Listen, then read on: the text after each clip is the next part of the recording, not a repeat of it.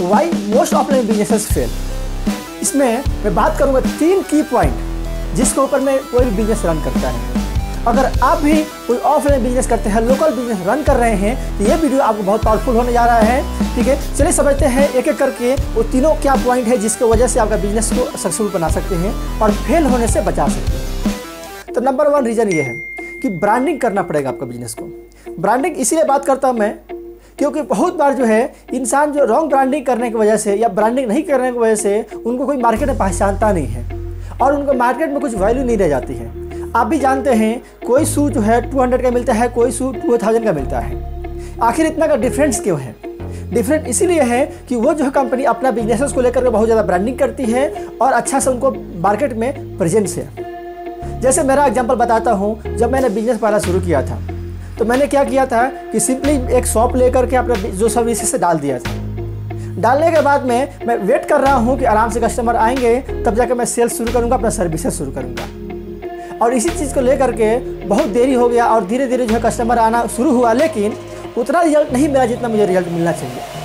इसीलिए मैं बोलता हूँ कि कभी भी जब आप बिजनेस करते हैं तो अपना ब्रांडिंग बहुत अच्छा से करिए ताकि आपका नियर बाई में चाहे आपका पहचान वाला जो भी जानने वाला है सबको पता चल जाए कि आप ऐसा क्या काम करते हैं और आपके सर्विसेज क्या है।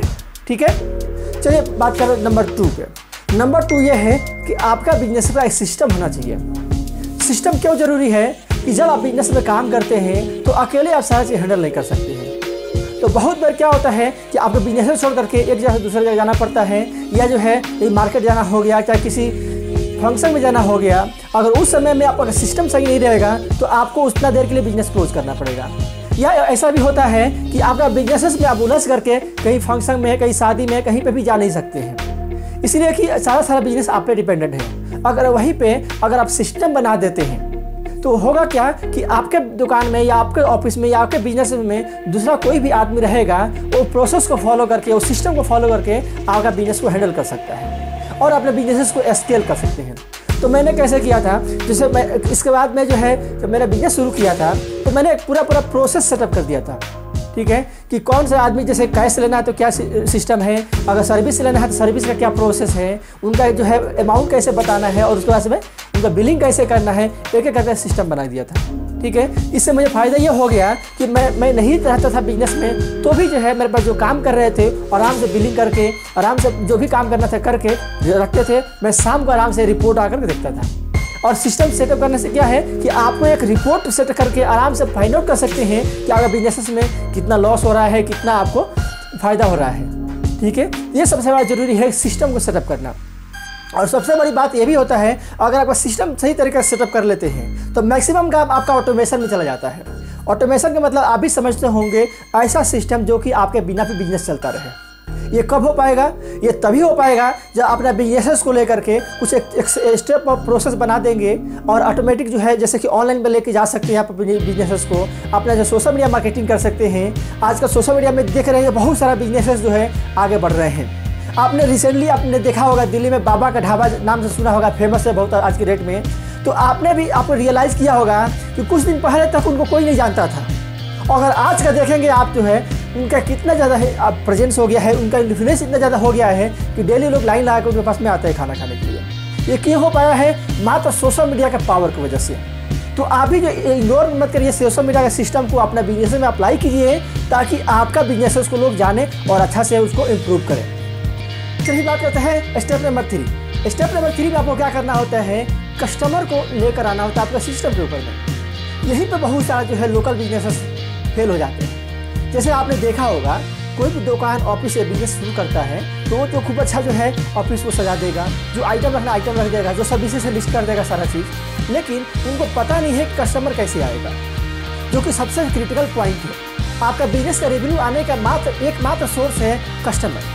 अगर आपके पास में कस्टमर नहीं आते हैं तो जाहिर सी बात है सारा काम दरे के दरे रह जाएगा, यानी कि आपका बिजनेस में फेल होना है 110%। हो सकता है कि आप नया हैं तो 1 साल 2 साल अच्छा से हिम्मत के तौर पर चला सकते हैं, लेकिन ये लॉन्ग लास्टिंग नहीं होगा।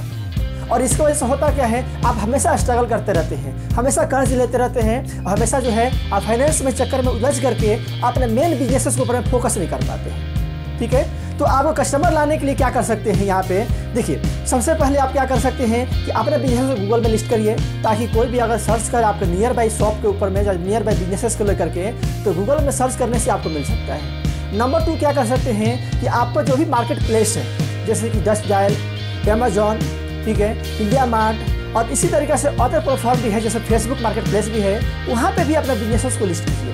अगर हो सके फेसबुक में भी एक आता है कैटलॉग करके, बिजनेस कैटलॉग करके, वहाँ पे भी डाल सकते हैं, अपने बिजनेसेस को लिस्ट कर सकते हैं। यानी कि आपके पहचान वाले लोग भी फेसबुक के द्वारा भी आपका प्रोडक्ट को ऑफर कर सकते हैं, सर्विसेज को ले सकते हैं। ये मैंने तो कुछ तरीका बताया, और इसी तरीके से जो है आप अपने बिजनेसेस को आगे ले जा सकते हैं। क्यों मैं ऐसा बोल रहा हूँ कि मैंने भी जब मैंने शुरू किया था बिजनेसेस, तो स्टार्टिंग में मेरे 5 से 6 बिजनेसेस में बहुत सारा फेलियर आया। इसीलिए फेलियर है कि ये सारा प्रोसेस मैं अप्लाई नहीं कर रहा था।